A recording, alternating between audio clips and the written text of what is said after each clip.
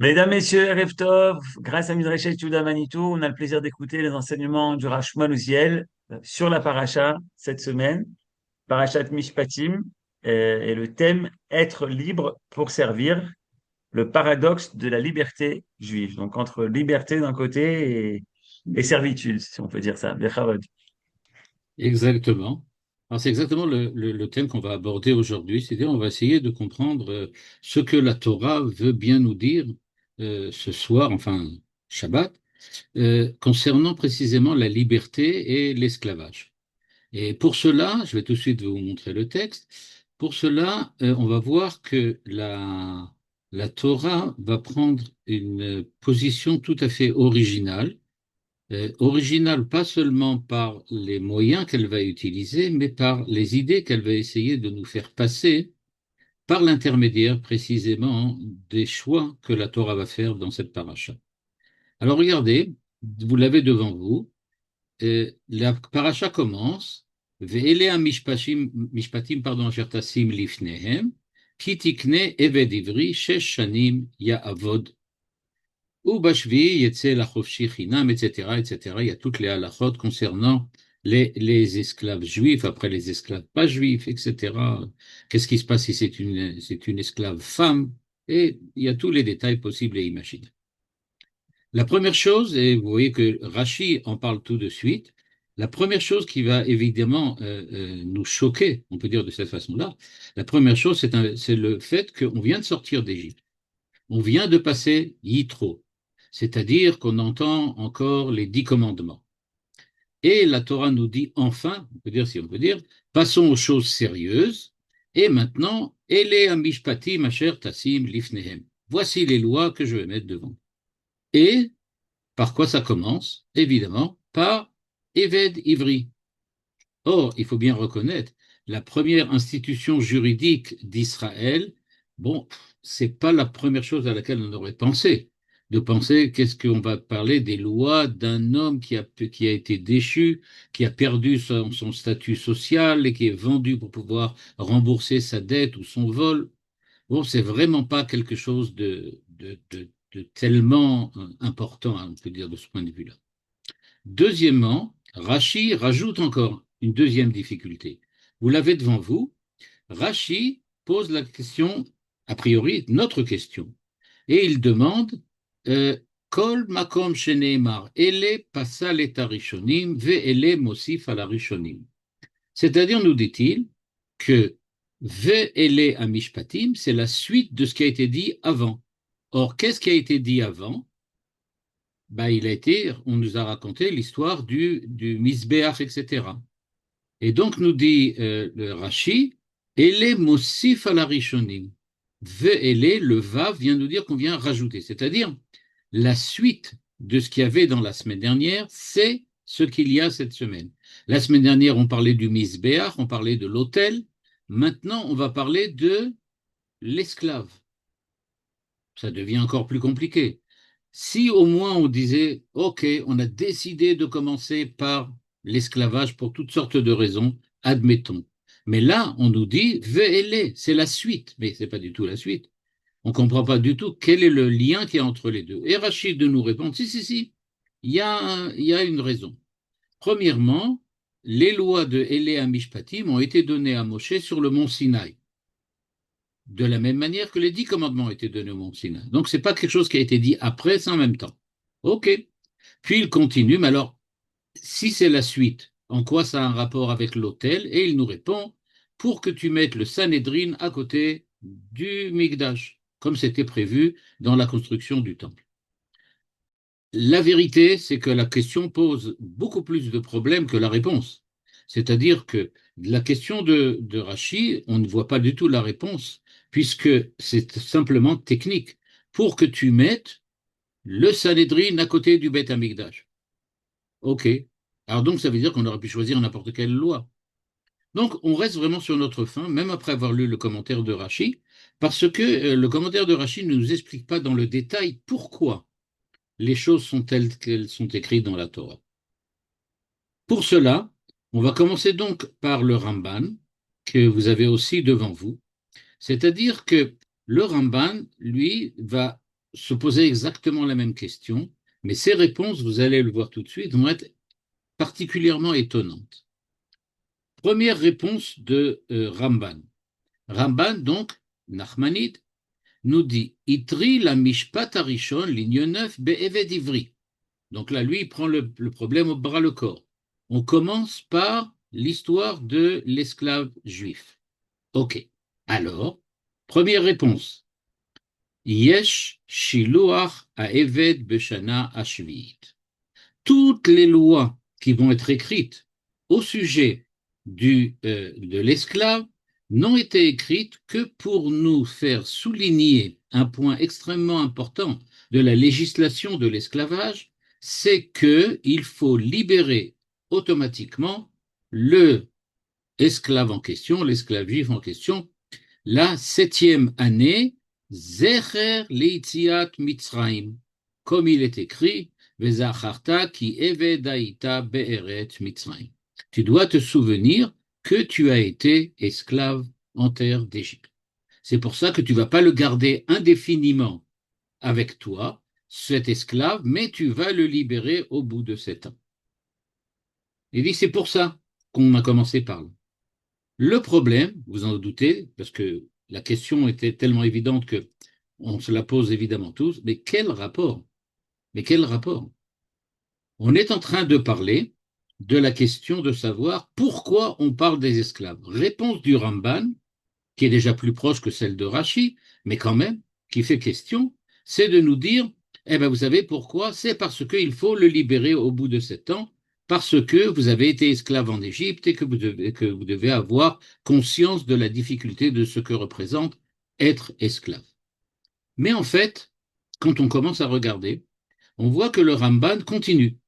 Le Ramban continue et dit oui, c'est pas seulement se rappeler que vous avez été esclave en Égypte et qu'il faut le libérer, mais en fait, c'est aussi pour vous rappeler, ligne 13, la création du monde par Dieu, comme le Shabbat qui est le 7e jour. Bon, alors on veut bien, mais ça nous explique quoi? Mais alors, et alors? Toujours, on reste sur la même question. Que se passe-t-il? Pourquoi avoir choisi l'esclave? Vous aviez qu'à nous dire, on peut dire, Ele Amishpatim, eh bien, il faut faire Shabbat. Voilà, c'est très bien. Zecher le Maaseh Bereshit. Et si vous voulez nous dire qu'on a été esclave en terre d'Égypte, vous avez qu'à dire, vous allez faire Pessah. Mais pourquoi parler du Eved? Troisièmement, dit le Ramban, ah non, non, non, il y a encore un autre souvenir. Il faut se rappeler du Yovel et des Shmitot. Comme il est écrit, cette mitzvah va, nous dit-il ligne 17, Re'uya le'akdimota she'inichbedet me'od romezet dvarim gdolim b'maaseh bereshit. C'est-à-dire, nous dit-il, vous savez pourquoi on commence par l'histoire de l'esclave? Parce que ça nous rappelle la création du monde, ça nous rappelle la sortie d'Égypte et ça nous rappelle le Yovel. Et ça, c'est très important. Bon, c'est très bien. Et donc, c'est pour ça qu'on la met en premier, nous dit Ramban. J'espère que, comme vous, comme moi, on se posera quand même la question, et alors? Bon, et alors? Il y a sûrement des mitzvot beaucoup plus importantes qui rappellent encore beaucoup plus de choses. Pessah, Shabbat, j'en ai nommé que 2, on peut encore en trouver d'autres. Yom Kippour, etc. Donc alors, pourquoi encore? Qu'est-ce que veut dire ici le Rambam? En fait, le Rambam, vous allez voir que, aussi étonnant que ça paraisse, la manière dont il aborde le problème est particulièrement étonnante. Premièrement, il nous dit on commence par les lois de l'esclavage parce que on commence par la mémoire. Pour le Ramban, l'essentiel ici, c'est, j'aurais pu dire, l'action de mémoire, l'acte de mémoire que nous faisons avec cette mitzvah. Cette mitzvah, on va voir tout de suite qu'elle va nous rappeler 3 choses très importantes, mais le but, c'est qu'elle crée une mémoire. La première mitzvah dont la Torah parle, c'est pas une mitzvah dont le contenu va être important, Yom Kippour, Shabbat ou Pessah ou Sukkot, mais elle est beaucoup plus que le contenu, c'est celle qui va nous donner, on peut dire, le chemin pour aller vers n'importe quel des contenus de la Torah. Toutes les halachot de la Torah, nous dit le Ramban, sont inclus, prises dans cette loi de l'esclavage. Pourquoi? Parce que cette loi va créer une mémoire. Et la mémoire, nous dit le Ramban, c'est ça l'essentiel de ce que la Torah veut nous enseigner dès la première halakha. On doit commencer par une mémoire pour pouvoir ensuite pénétrer dans le monde de la halakha, pénétrer dans le monde de l'acte sacré ou saint que la Torah nous propose. Et en effet, qu'est-ce que nous dit le Ramban? Il nous dit, il y a premièrement, la mémoire d'Israël est fondée de trois composantes différentes. Il y a d'abord la mémoire historique. La mémoire historique, c'est, nous a dit le Ramban, qu'on doit se souvenir qu'on est sorti d'Égypte et que là-bas, nous y avons été esclaves. Nous dit le Ramban, la société d'Israël ne doit pas et ne peut pas oublier qu'elle a été esclave. Tout ça, c'est pas simplement un espèce de souvenir folklorique ou une espèce d'anecdote ou d'histoire de Romulus et Rémus pour Rome. Mais c'est, d'après lui, d'après le Ramban, la mémoire on peut dire la mémoire de l'esclavage en Égypte, c'est quelque chose de constitutif, d'essentiel à l'intérieur de l'identité d'Israël. Parce qu'une nation qui est née dans l'esclavage va nécessairement se poser comme une nation qui se construit sur le refus de l'oppression, le refus de l'esclavage. Avant même que l'on nous donne les halachot concernant le Shabbat, concernant Sukkot, on veut nous dire, vous êtes un peuple qui refuse identitairement l'esclavage et l'oppression. C'est-à-dire, euh, un peu comme on peut le retrouver encore une fois chez Paul Ricoeur, quand il parle de la mémoire, il parle de ce qu'on appelle une mémoire obligée. Alors, je ne vais pas rentrer dans toute la thèse de Paul Ricoeur, mais juste rappeler sa définition. Il nous dit, c'est pas une obligation morale abstraite, une mémoire obligée, mais c'est une structure de l'identité. Oublier l'esclavage, nous dit la Torah, c'est pas simplement immoral, mais c'est une espèce de perte de soi. Vous ne serez plus qui vous êtes si vous tombez dans le travers de l'esclavagisme.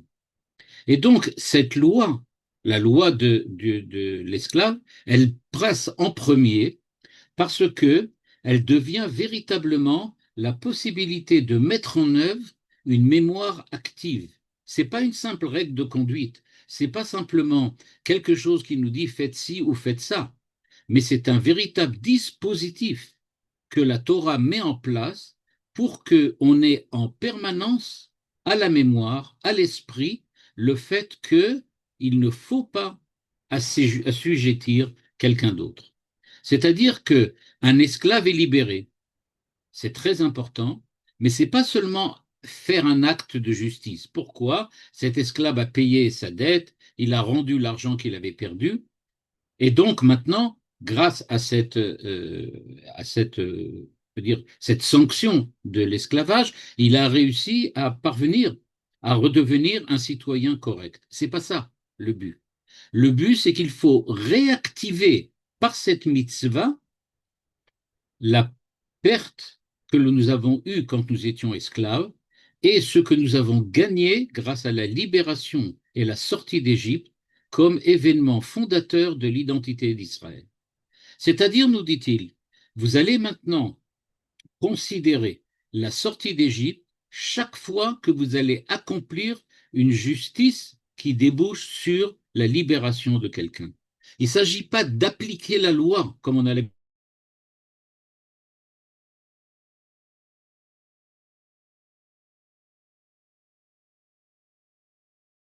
Eh bien, nous dit le Ramban, c'est pas ça du tout qui est important.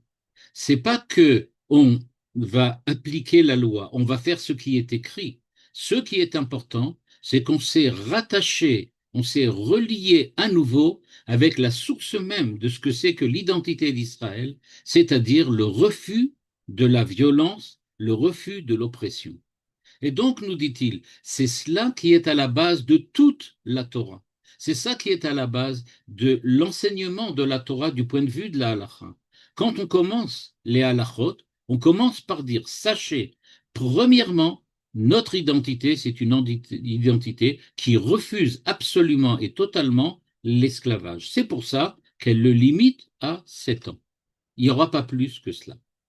Et donc, c'est cet événement fondateur, la sortie d'Égypte, nous dit le Ramban, qui vient se poser là dès la première halakha. En gros, il nous dit, rappelez-vous que vous avez été esclave en terre d'Égypte, la mitzvah qui est là pour vous le rappeler, c'est la mitzvah de l'esclavage du juif, de l'esclave juif, qui est libéré automatiquement au bout de 6 ans. Deuxièmement, nous dit le Ramban, mais c'est pas seulement ça, il y a encore autre chose. Qu'est-ce que ça? Ça vient rappeler Shabbat qui vient après 6 jours. C'est-à-dire, évidemment, ça rappelle l'œuvre de la création. Donc l'esclave travaille 6 ans, la 7e année, il est libre, comme pendant la semaine. Nous travaillons 6 jours et ensuite on est libéré du travail et on passe pour le jour du Shabbat. Maintenant, nous dit le Ramban, la liberté, ce n'est pas un accident historique. Ce n'est pas le résultat d'une espèce de révolution sociale ou d'un progrès moral acquis grâce à l'éducation et encore d'autres choses. Elle est inscrite pour le Ramban dans la structure même du temps, comme le Shabbat est inscrit dans la structure du temps. Pour nous, je ne sais pas si vous le savez, mais pour nous, le temps fonctionne de cette manière-là. 6 jours, un jour. 6 jours, un jour. C'est un rythme définitif. On divise tout par des semaines de 7 jours. Nous dit le Ramban, eh bien de la même manière que vous considérez la semaine comme le temps, comme une suite de semaines, qui sont eux-mêmes une suite de 6 jours puis d'un jour, eh bien de la même façon, il va falloir voir que la liberté de l'homme, c'est quelque chose qui est dans le temps, de la même manière. C'est-à-dire, radicalement d'un point de vue philosophique, nous dit le Ramban, je m'oppose à tous ceux qui pensent que la liberté de l'homme, c'est quelque chose qu'il faut acquérir. Or, c'est justement ce que disait Hegel, par exemple.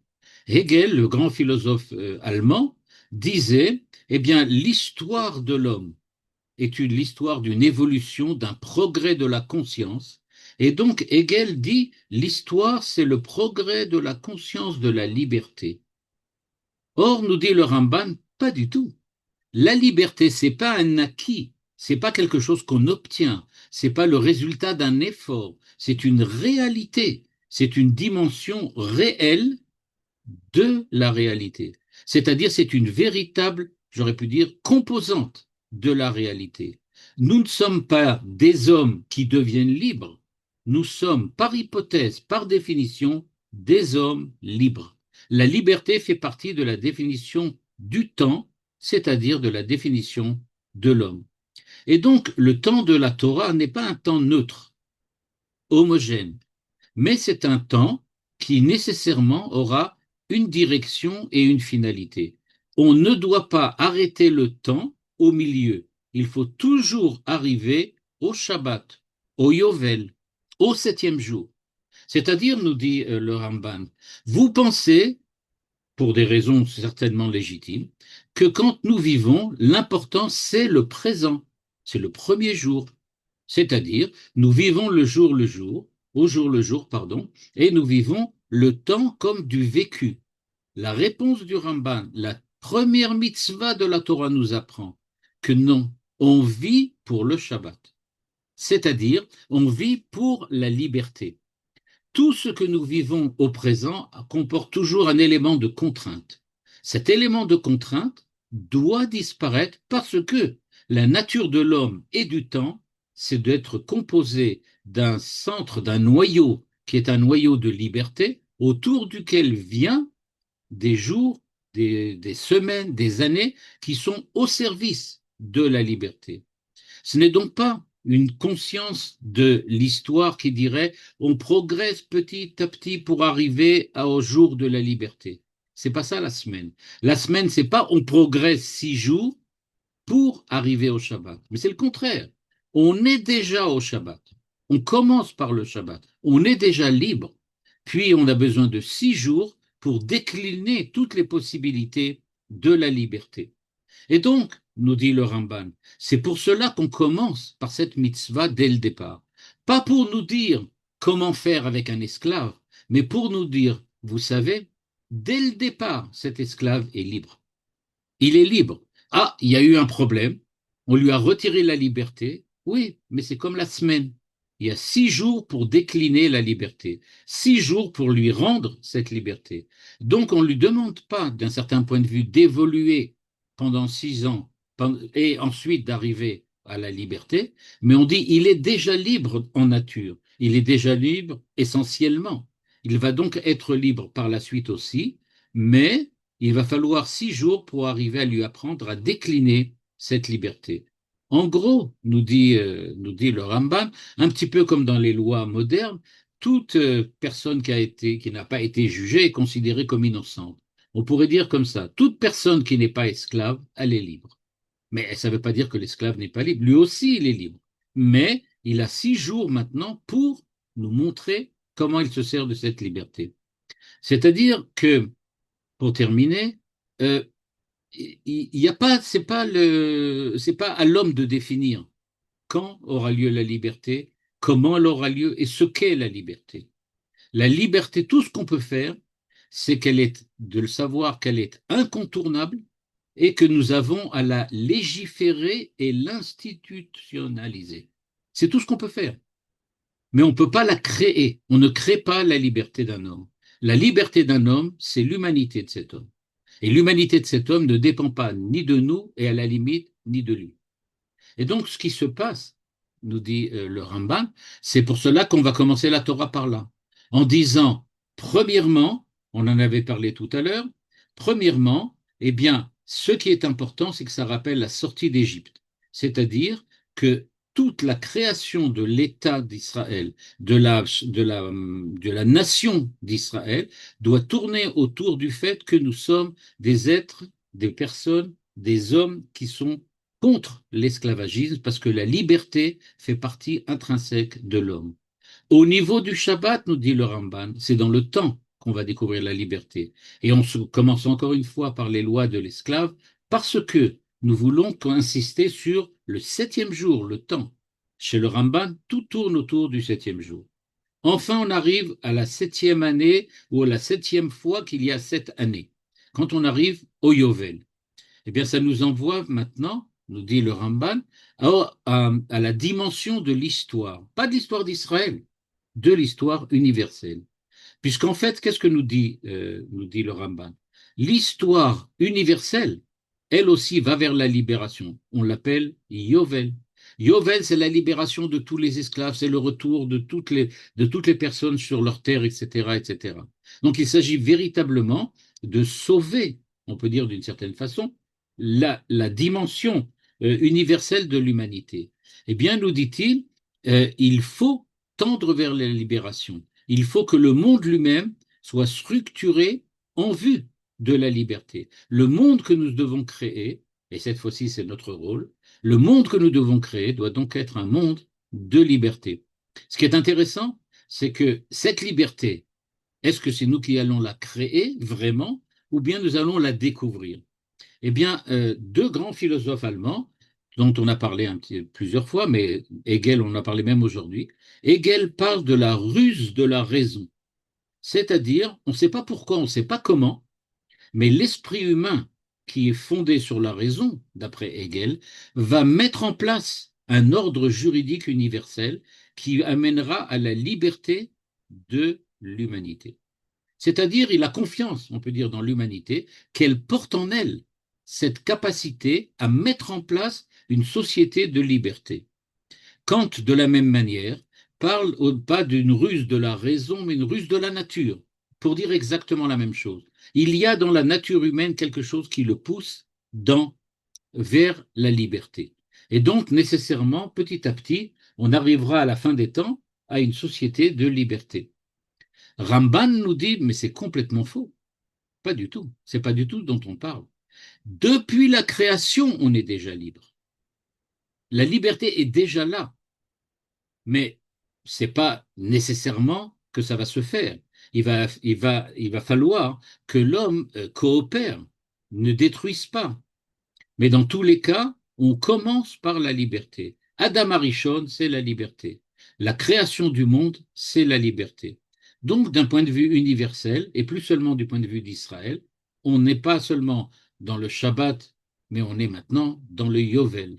C'est-à-dire, on parle véritablement de la liberté en tant que, j'aurais pu dire, finalité qui n'a toujours été qu'un commencement de la création du monde. Voilà ce que nous dit le Ramban. Donc on comprend maintenant pourquoi on commence évidemment par le Éved d'Ivry. Parce que il ne sert à rien de parler des lois ou des halachot s'il n'y a pas la base même de la société et de l'homme, c'est-à-dire la liberté. Donc on commence tout de suite par poser les limites de l'esclavage. La Torah nous dit tout de suite, l'esclavage doit être limité. On doit seulement faire quelque chose qui doit protéger, on peut dire renforcer la liberté. Donc ça, c'est Ramban. Pour apporter une autre manière d'interpréter le texte de la Torah, je voudrais citer Abarbanel, et je ne sais pas si vous avez une fois rencontré, mais je vous conseille de lire Abarbanel dans le texte. Là, je vous amènerai seulement une toute petite partie de son texte, mais qui est particulièrement importante. Il pose exactement la même question. D'ailleurs, c'est rare de trouver des commentateurs qui ne la posent pas. Et donc, il nous dit maintenant à Barbanel, il dit, ben, moi, je vais aller plus loin que Ramban. Je vais plus loin que Ramban. Pourquoi? Ramban nous a expliqué 7. On se rappelle la sortie d'Égypte, le Shabbat, le Yovel. OK. Nous dit à Barbanel, non. Keneged lo tirtsar. Dans les 10 commandements, il y a écrit lo tirtsar, tu ne tueras pas. C'est-à-dire, nous dit à Barbanel, c'est la suite des 10 commandements directs. C'est-à-dire, on a commencé par les 5 premiers, qui sont quelque chose d'universel et global. Le premier halakha, véritablement, c'est l'otirtsar. Kabed abichai timecha, Shabbat, etc. Tout ça, c'est des dimensions métaphysiques, théologiques. Ce qui concerne la société, vraiment, c'est l'otirtsar, qui est du côté gauche, sur les tables de gauche. Eh bien, nous dit Abarbanel, en parallèle avec l'otirtsar, la Torah commence par enseigner les lois de l'esclavage juif. C'est-à-dire, et regardez bien, il nous dit, Arishon mehem hu כשיקנה אותו לעבדות בהשתעבדו בו כל ימיו, כי זוהי רציחה בחיים. Nous dit à Barbanel, c'est la suite exacte des 10 commandements. Quand Dieu nous a proposé les 10 commandements sur le mont Sinaï, il y a eu, comme j'ai dit, les 5 premières dibrot, les 5 premiers commandements, qui étaient liés aux problèmes métaphysiques, théologiques, le rapport avec la famille, comme représentant de l'autorité de Dieu, etc., etc. Mais maintenant, on arrive aux lois, lotirtsar, lotinav, lotignov, etc., etc. Les choses qui sont vraiment les lois de la société. Eh bien, nous dit-il, si tu cherches le rapport, c'est très facile. Les lois de l'esclavage sont la suite de la première halakha, l'otirtsar, parce que l'esclavagisme, c'est tuer quelqu'un en le laissant vivant. Tuer quelqu'un en le laissant vivant. C'est-à-dire, nous dit-il, en fait, la manière dont on décrit la liberté doit être tout à fait différente de ce qu'on pense d'habitude. Il s'agit d'un meurtre dans lequel la victime est encore en vie. C'est-à-dire, c'est un peu difficile de trouver Retzicha Bachaim. Si je voulais le traduire vraiment, ça serait un meurtre en vie. C'est un peu compliqué. Un meurtre existentiel. C'est-à-dire, comment peut-il imaginer qu'on tue sans faire mourir? Eh bien, nous dit le Avarbanel, et en cela, il a la suite de Ramban qui regarde l'importance de la liberté. Il nous dit, qu'est-ce qu'une vie humaine authentique? Qu'est-ce que ça veut dire vivre? Eh bien, il nous dit, vivre, ça veut dire être libre. En effet, si on regarde l'époque moderne, chez les philosophes en général, vous allez trouver 2 grandes réponses. Soit on définit la vie comme persévérer d'un point de vue biologique dans l'être, continuer à être vivant, c'est-à-dire la survie. Je continue de survivre. Ceux qui ont donné ça, c'est par exemple Darwin, évidemment, hein, du point de vue biologique, mais même Hobbes du point de vue de la politique, de la philosophie politique. Lui aussi donne cette idée-là que qu'est-ce que ça veut dire vivre? Ça veut dire survivre. D'autres ont insisté sur le côté social.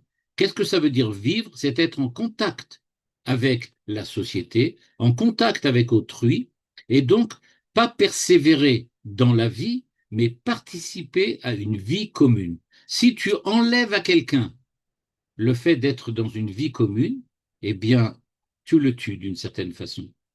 Par exemple, ceux qui ont proposé ça, c'est évidemment Aristote, qui disait que l'homme est un animal social, ou Hegel, pour les mêmes raisons.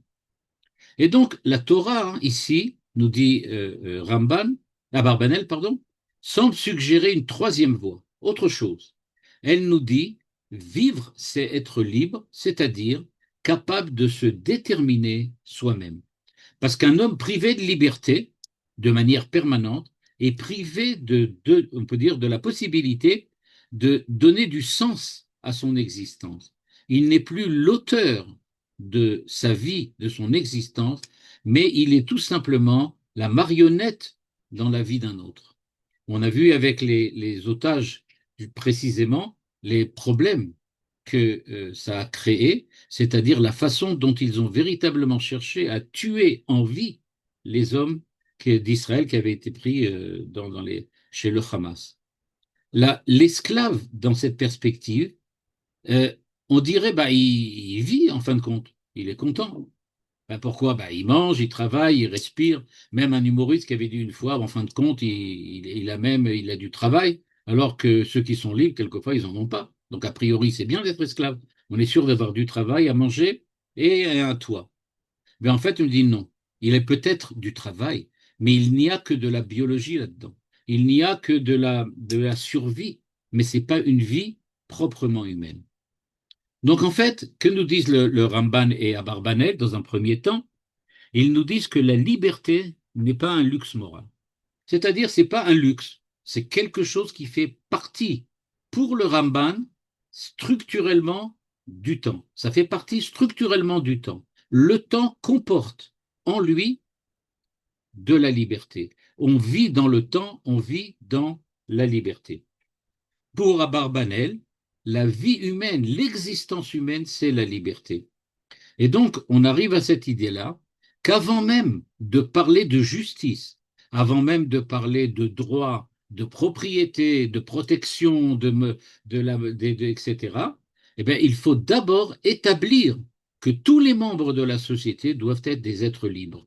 C'est-à-dire, à ce moment-là, quand ils seront libres, on pourra parler des lois et la légitimité des actes qu'ils font ou pas. Et donc, la Torah nous dit, on commence par la libération de l'esclave. Avant de protéger la vie biologique des hommes, la Torah nous dit, tu dois d'abord protéger leur liberté. Et donc, de ce point de vue-là, on comprend tout à fait pourquoi on nous parle de l'esclavage et surtout de la fin de l'esclavage. Il y a une autre possibilité de regarder cela, parallèle, que je veux vous proposer maintenant. C'est la possibilité que vous avez devant vous par le Rav Tzvi Yehuda Kook. Okay, le Rav Tzvi Yehuda Kook, très célèbre, qui était le fils du Rav Avraham Yitzhak Cohen Kook, et qui était donc le grand Rav Kook dont on parle très souvent. Lui, nous dit-il, a une autre manière d'approfondir cette idée du Ramban. Je pourrais dire d'une certaine façon que à Barbanel, c'est un approfondissement du Ramban. Eh bien, le Rav Tzvi Yehuda aussi, ça va être un approfondissement du Ramban. Il nous dit la chose suivante.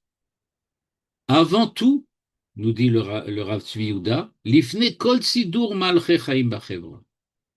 On doit commencer, donc avant tout, avant de parler de n'importe quelle loi et de n'importe quelle législation, il faut d'abord parler de l'esclavage. Pourquoi? Il faut d'abord être un homme, nous dit le Rav Tzvi Yehuda, Liot Adam, un homme parfait et normal, et pas un évêque d'un esclave qui soit asservi à quelque chose d'autre. Il dit, retirer la liberté, c'est en fait retirer l'essence même de la Torah. L'essence de, j'aurais pas dit du judaïsme, bien qu'il écrive à Yehudit, à Maout à Yehudit, mais j'aurais écrit l'essence d'Israël. La liberté de la Torah est la liberté véritable et véridique. C'est-à-dire, que nous dit en fait le Rav Tzvi Yehuda? Le Rav Tzvi Yehuda nous dit, en fait, il faut d'abord être un homme avant même de parler des conditions de la vie humaine. La condition humaine, on peut dire, est bafouée dès qu'on parle d'esclavage. Et le Rav Tzvi nous dit pas il faut, dans une société morale, enlever les esclaves. C'est pas ça dont il dit. Il dit quelque chose de beaucoup plus profond. Il dit, sans la liberté, il n'y a pas d'humanité. Ceux qui en ont parlé, évidemment, c'est les existentialistes, il y a peu de temps, il y a 50, 60 ans. Par exemple, Sartre qui dit l'existence précède l'essence. L'homme n'a pas de nature déterminée, nous dit Sartre, il se fait lui-même par ses propres choix, par ses décisions. Et donc, dans la pensée existentialiste, on voit bien que l'existence même, c'est-à-dire la possibilité de mettre en place une identité, la possibilité d'agir, c'est-à-dire d'utiliser cette liberté, ne peut pas venir après l'humanité de l'homme. L'humanité ne préexiste pas, dit le Rav Tzvi et Sartre, avant la liberté. Elle se constitue par la liberté. Le Rav Tzvi parle d'un homme entier et complet. Sans liberté, tu n'es pas un homme. Donc, il n'y a pas de raison de te donner une Torah, puisqu'il n'y a personne pour la recevoir. Et il insiste, le Rav Tzvi sur une dimension évidemment Israël et et il insiste aussi sur l'essence juive et la liberté de la Torah. C'est-à-dire que pour lui, la véritable liberté, c'est la Torah. Mais à ce moment-là, il y aurait quelque chose d'absurde à donner la Torah à quelqu'un qui n'est pas libre, c'est-à-dire qui n'est pas un homme, qui n'est pas juif. En fait. Donc pour lui, le judaïsme, la Torah, c'est la liberté. Et donc, ça ne veut évidemment pas dire que les juifs sont plus libres que les autres, mais ça veut dire que l'identité juive elle-même, l'identité d'Israël, se constitue dans son rapport particulier à la liberté. Nous sommes juifs parce que, pour nous, la liberté a une importance fondamentale et que nous la considérons comme le point de départ de la Torah. Et bien donc, c'est pour cela, nous dit le Rav Tzvi Yehuda, que comment, pour répondre à la question de tout à l'heure, comment peut-on recevoir des ordres de Dieu, recevoir des mitzvot et être libre? Eh bien, précisément, nous dit le Rav Tzvi Yehuda, vous devez être libre, c'est toute l'idée de la libération de l'esclave, mais vous devez être mes serviteurs. C'est ça, sur cela qu'insiste le Rav Tzvi Yehuda.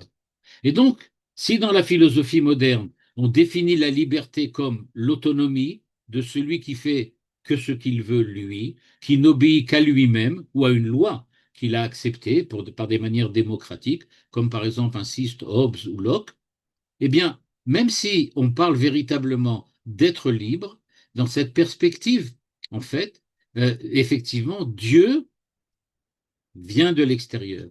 Mais nous dit le Rav Tzvi Yehuda, ce que l'on a entendu sur le mont Sinaï, Avadai, Atem, Velo Avde Avadim, que Asher Otseticha Meret Mitzrayim Mibet Avadim, tout ça, ça veut dire que la liberté ici, c'est pas l'absence de toute contrainte, dit le Rav Tzvi Yehuda, c'est la libération de toute contrainte autre que celle de Dieu, parce que Dieu, par la Torah, nous a donné véritablement la liberté. La servitude à Dieu, c'est la forme, on peut dire, primordiale de liberté. Et pourquoi? Parce que quand quelqu'un est serviteur de l'infini, alors nécessairement, il ne servira plus aucun pouvoir fini.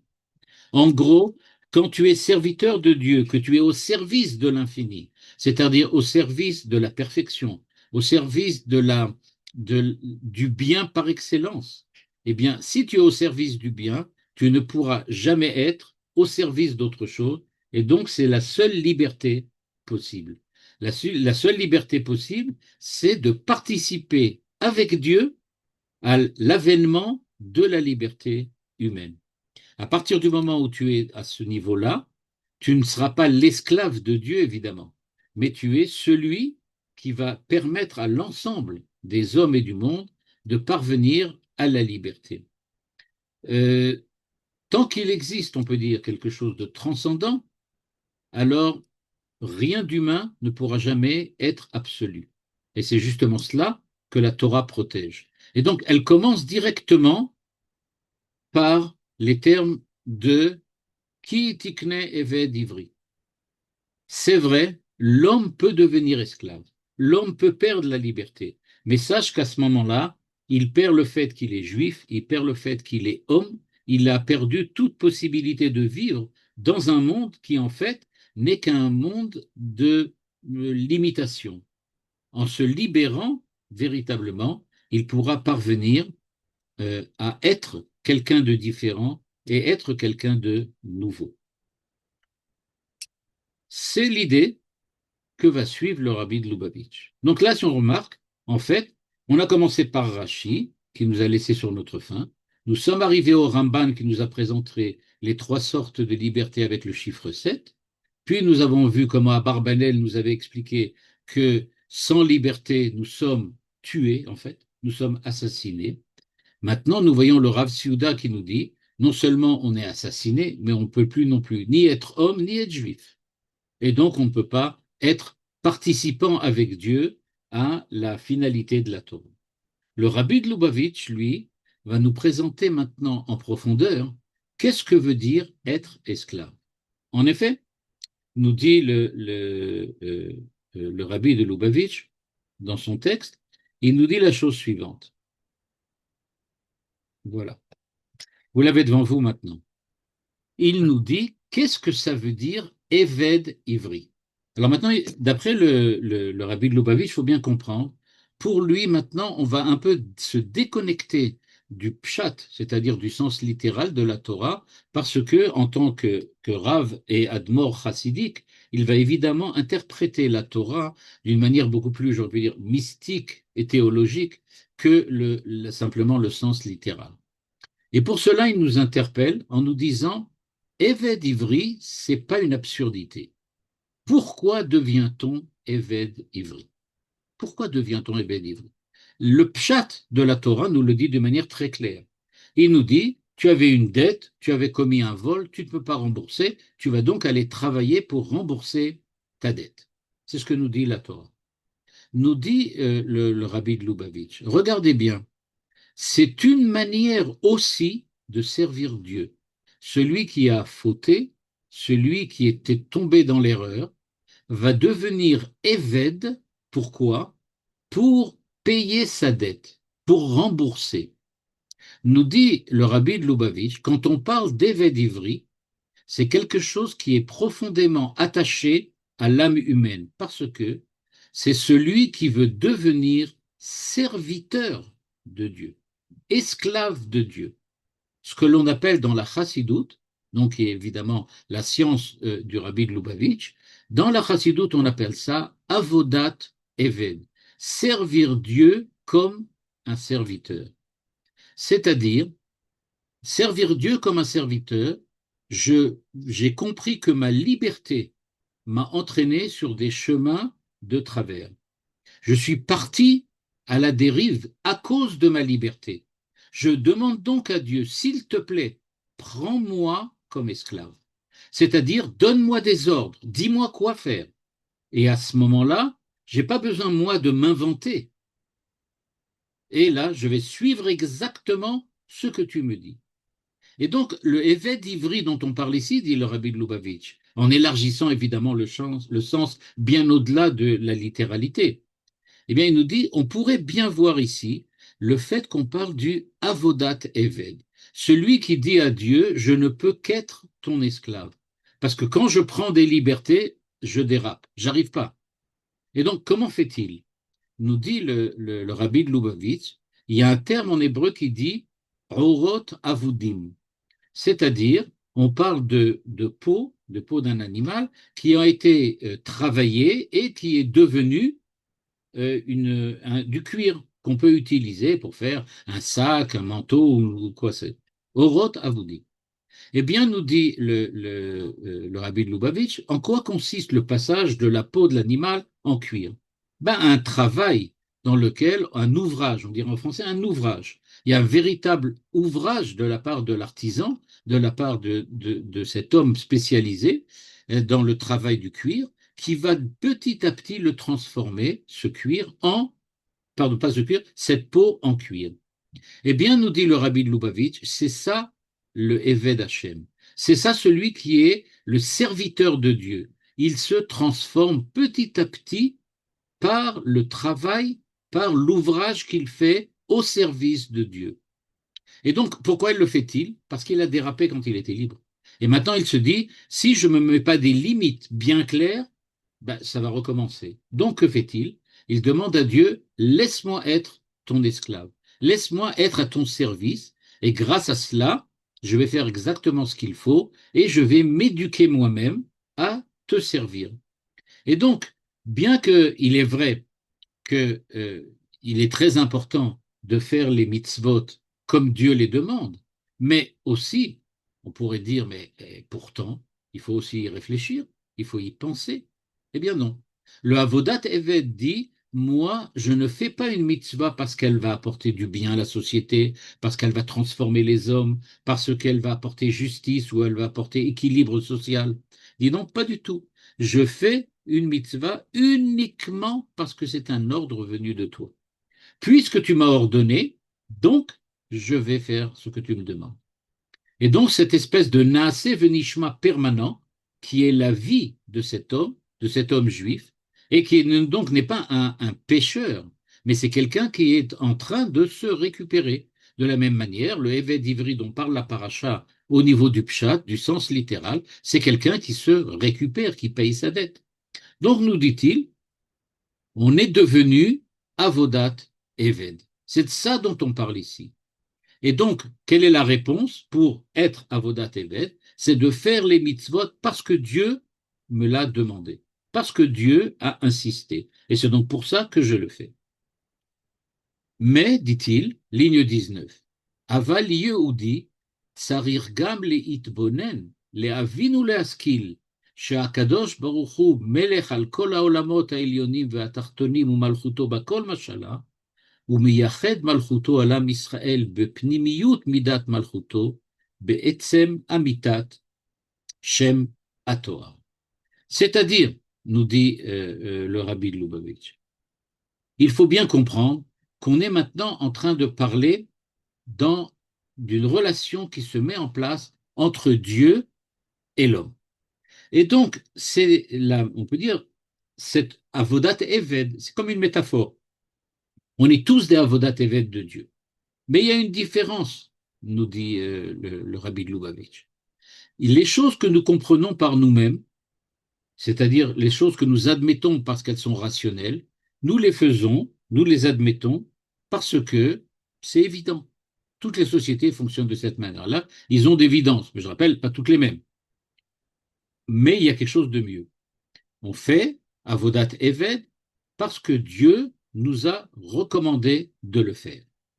Et donc la question qui se pose maintenant, c'est donc, et alors, qu'est-ce qui va se passer ensuite? Eh bien maintenant, là, le problème, c'est que nous dit le rabbi de Lubavitch, le problème du avoda, du eved, elle est essentielle parce que c'est cela, véritablement, qui fait le point de départ, on peut dire le tremplin vers la relation d'amour avec Dieu. Au départ, on demande à Dieu, limite-nous. En effet, au XXe siècle, on a connu le nazisme, le stalinisme, le colonialisme. On a vu qu'est-ce que ça veut dire la rationalité biologique de Darwin ou la rationalité, je ne sais pas, économico-historique de Marx, etc. Ou dans le colonialisme dans lequel, soi-disant, ça partait de la bonne raison qu'il fallait éduquer les populations indigènes. Alors donc, tous ces genres de choses-là, il y avait toujours des bonnes raisons. Et donc c'est pour ça qu'on a décidé, on met un point d'arrêt, dit la Torah. On arrête. La morale doit être fondée, pas uniquement sur la raison qui peut devenir un instrument de violence et d'oppression, Mais il faut savoir revenir à l'enchantement de la vie, c'est-à-dire sortir d'un monde moderne où tout est calculé et calculable, un monde dans lequel il n'y a rien d'autre que ce qu'il y a devant nous et où les hommes deviennent tout simplement des objets au service de grandes sociétés ou de grands États qui viennent et qui les oppressent. En fait, il nous dit, le rabbi de Lubavitch, que on va devoir regarder vers Dieu. C'est ce que l'on fait quand on fait Avoda. Parce que le septième jour, on va nécessairement partir. Et donc, ce n'est pas tellement la liberté qui agit maintenant, mais c'est l'expérience que nous avons de Dieu dans le quotidien de l'esclavage. Nous sommes des êtres libres, c'est vrai, comme avait parlé le Ramban, c'est vrai, comme en avait parlé à Barbanel, le Rav Kook, etc. Mais ce n'est pas ça l'important ici. C'est est-ce que nous sommes des hommes dignes? Est-ce que nous sommes des hommes qui peuvent utiliser leur raison, puis ils peuvent utiliser leur liberté? Ce qu'ont oublié peut-être tous les Chachamim dont nous avons parlé jusqu'à présent, Rashi, Ramban, Abarbanel, etc. Ils ont oublié que est-ce que l'homme vraiment digne de la raison que Dieu lui a donnée? Est-ce qu'il est digne de cette liberté que Ramban, Abarbanel et les autres insistent pour nous dire que sans cela, nous ne sommes pas des hommes? Mais oui, mais celui qui ne sait pas l'utiliser, est-ce que lui, il est vraiment un homme encore? Là-dessus vient la réponse du rabbi de Lubavitch. Il faut que tu aies, au départ, la possibilité de savoir utiliser cette liberté pour que tu puisses ensuite devenir, dans la joie, un être en relation avec Dieu. Et c'est donc cela, le début de la Torah. La Torah va te dire, tu dois respecter Shabbat, tu dois faire la shrita, tu dois manger kasher, etc., etc. Il y a 613 commandements. Mais ces 613 commandements n'ont d'un sens que si tu es capable d'utiliser la liberté. Si tu es capable d'être au départ un Éved Ivri, le Éved d'Akadosh Baruch Hu, à ce moment-là, tu seras l'homme libre, celui qui est libéré le Shabbat, celui qui est libéré au moment du Yovel, qui va pouvoir ensuite mettre en place une existence et une vie qui soit véritablement une vie d'une liberté véritablement acquise. Et à ce moment-là, tu arriveras à ce que l'on appelle l'amour de Dieu. Et c'est ça qui véritablement va te donner un sens. Et donc, en fait, euh, si vraiment, si vraiment la Torah semble insister sur le fait de l'esclavage au départ, c'est parce que, nous dit le rabbi de Lubavitch, et différemment de tous ceux qu'on a vus jusqu'à présent, c'est pas pour insister sur la liberté, mais précisément pour insister sur l'esclavage. La première loi, c'est une loi d'un esclave parce que c'est le passage nécessaire pour devenir libre face à Dieu. Tant que tu n'as pas acquis la possibilité et la capacité de te déterminer toi-même, c'est-à-dire de te limiter quand il le faut, tu ne pourras jamais être vraiment libre. Donc, dit le rabbi de Lubavitch, Ramban a raison, Abarbanel a raison. La liberté, c'est ça, l'homme. Oui, mais la liberté qu'il peut vraiment mettre en place, la liberté qu'il peut vraiment maîtriser. Or, on ne peut pas maîtriser la liberté si on n'a pas pris sur soi au départ, j'aurais pu dire, cette espèce d'ascèse qui doit sans arrêt accompagner les actes humains, l'ascèse qui leur permet d'être aussi d'eux-mêmes esclaves. Parce que ce Éved d'Ivry, vous savez par la suite, on parle de celui qui dit à Afti et Adoni et Ishti, etc.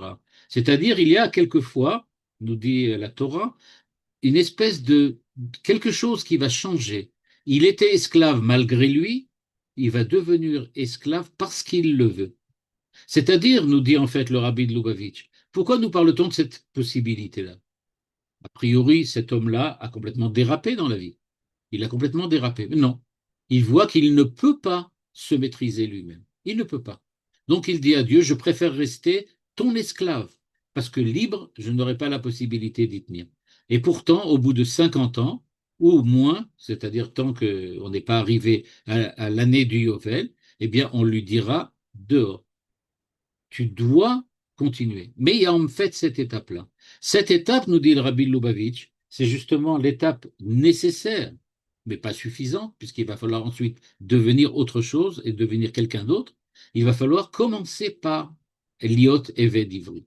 Et donc, contrairement aux autres qui insistent surtout sur la liberté, lui il va insister sur le rôle éducatif de la liberté, c'est-à-dire de l'esclavage.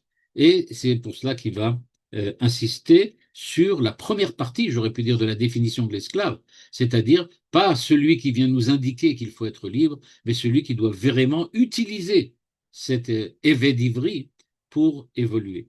Je terminerai juste en rappelant une très très belle idée de Rabbi Shimshon Raphaël Hirsch, qui dit la chose suivante. Il nous dit, remarquez en fin de compte, que quelle est la méthode que la Torah propose pour éduquer, ce que dit le Rabbi de Lubavitch, pour éduquer un esclave.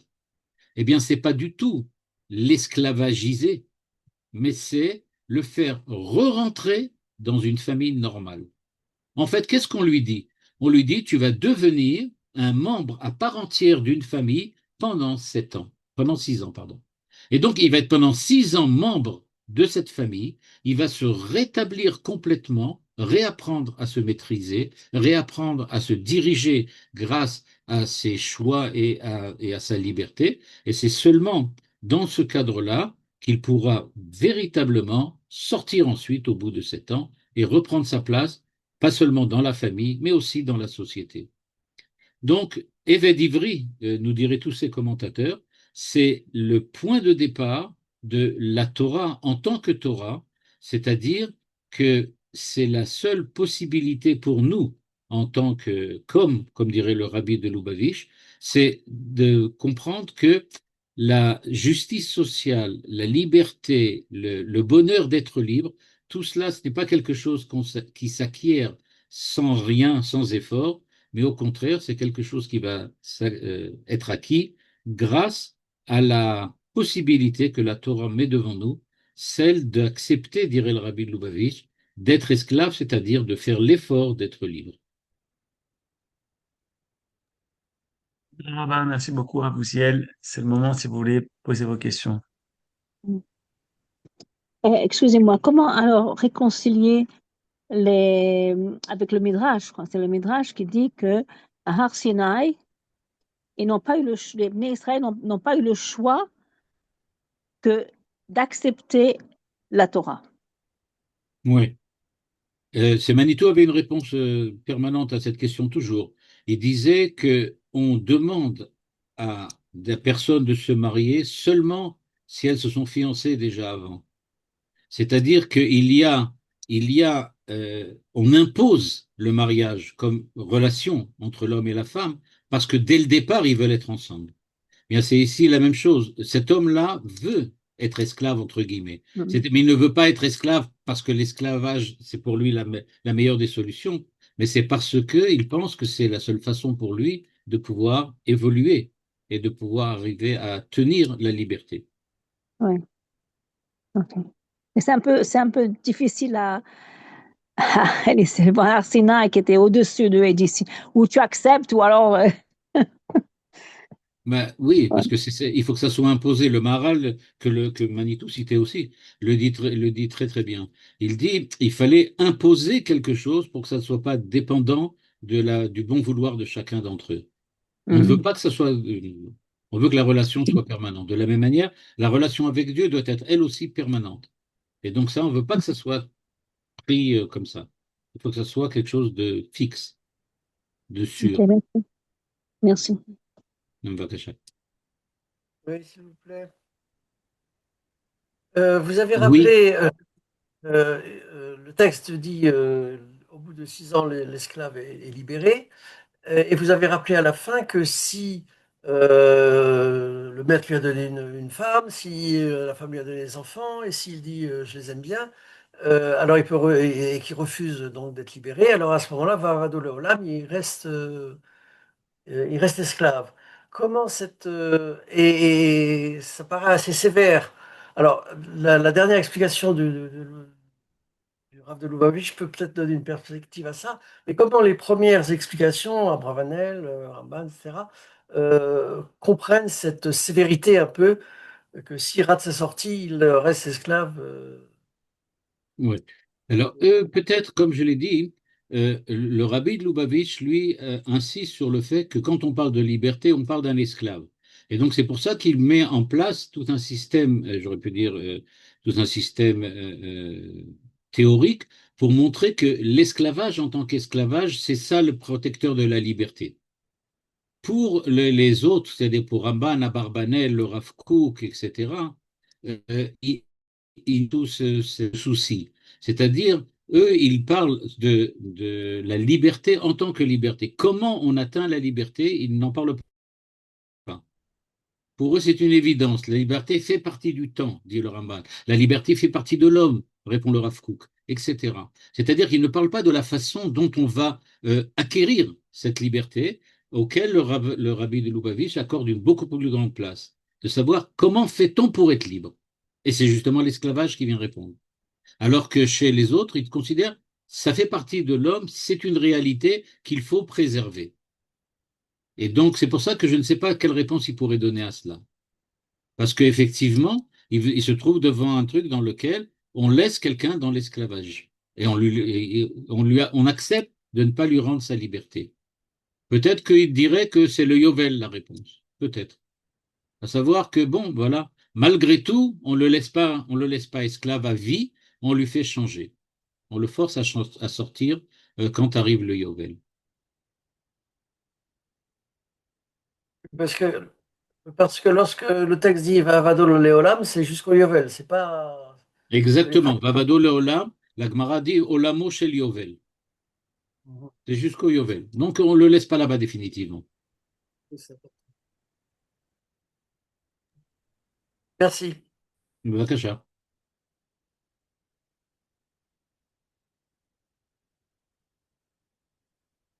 OK.